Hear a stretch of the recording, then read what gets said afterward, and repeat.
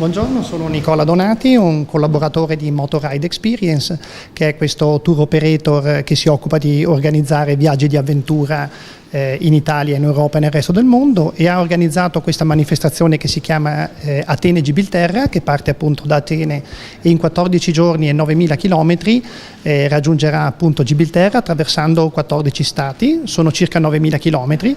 Si tratta di una specie di piccola Parigi-Dakar che viene svolta completamente in Europa, è la prima edizione. Tutti i partecipanti devono essere autonomi nel mantenimento del proprio mezzo, alcuni dormiranno volutamente in tenda per ricreare anche quell'ambiente delle Parigi-Dakar degli anni 80 e 90. Sono circa 60 iscritti che partono domani da Atene e transiteranno per Conegliano. Ho insistito perché questa tappa fosse a Conegliano, che è una meta che merita sicuramente una tappa di questo tipo.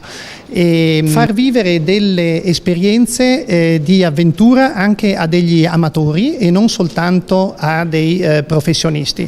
Il percorso si svolgerà su strade bianche e legali, e le moto sono tutte in regola con il codice della strada. C'è una richiesta di avventura, una richiesta di vivere le emozioni in maniera legale e completa.